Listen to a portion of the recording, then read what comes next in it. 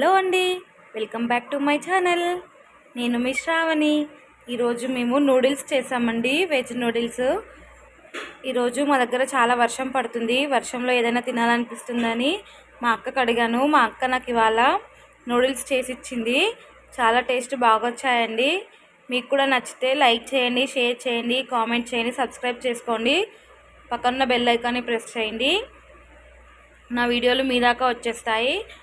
నూడిల్స్కి కావాల్సినవి గార్లిక్స్, అలాగే టమాటో, పచ్చిమిర్చి, ఆనియన్స్, వాటికి కావాల్సినవి. మీకు కూడా నచ్చితే చెప్పండి, ఎలా వచ్చాయో కామెంట్ చేయండి. కూడా అప్పుడప్పుడు ఇలా ఏమైనా తినాలనిపిస్తే ఇలా చేసుకోండి, ఇలా ట్రై చేయండి. డెఫినెట్గా చాలా బాగా వస్తుందండి. మాకైతే చాలా బాగా వచ్చింది. మేము బాగా ఎంజాయ్ చేస్తూ వర్షం చాలా పడుతుంది. వర్షంలో వేడివేడిగా తింటే చాలా బాగుంది టేస్ట్ కూడా. మీకు కూడా నచ్చిందా? నాకైతే చాలా బాగా నచ్చింది. వీటిని వాటర్లో బాగా బాయిల్ చేయాలి, 70% దాకా. అలా చేస్తే చాలా బాగా వస్తాయి విడివిడిగా. టేస్ట్ కూడా చాలా బాగా వస్తుంది. తర్వాత వీటికి కావాల్సినవి, తర్వాత స్టవ్ వెలిగించి ఒక పక్కన ప్యాన్లో ఆయిల్ వేసి, తర్వాత ఆవాలు, జీలకర్ర వేసాక కాసేపు మగ్గనించాలి.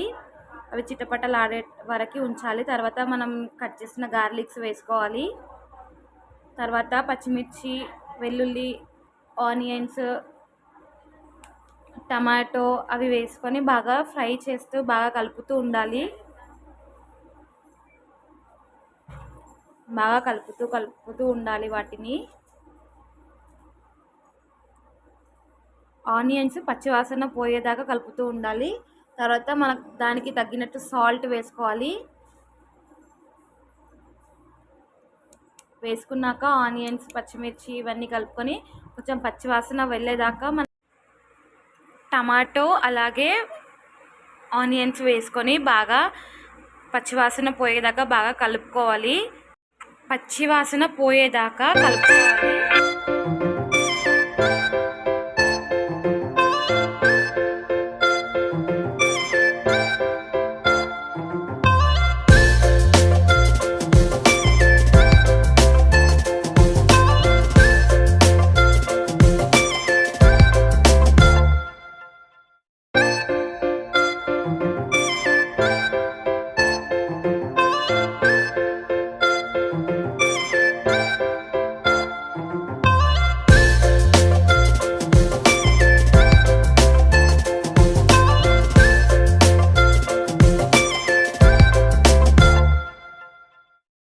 బాగా వేగాక తర్వాత కొద్దిగా మసాలా అలాగే సాస్ వేసుకొని బాగా కలుపుకోవాలి. బాగా కలుపుకున్న తర్వాత మనం పక్కన పెట్టిన నూడిల్స్ అందులో వేసుకోవాలి. చాలా బాగా వస్తాయండి విడివిడిగా, చాలా బాగుంటుంది టేస్ట్ కూడా.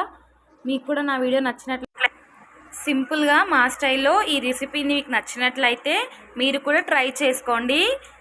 Thanks for watching. Bye bye.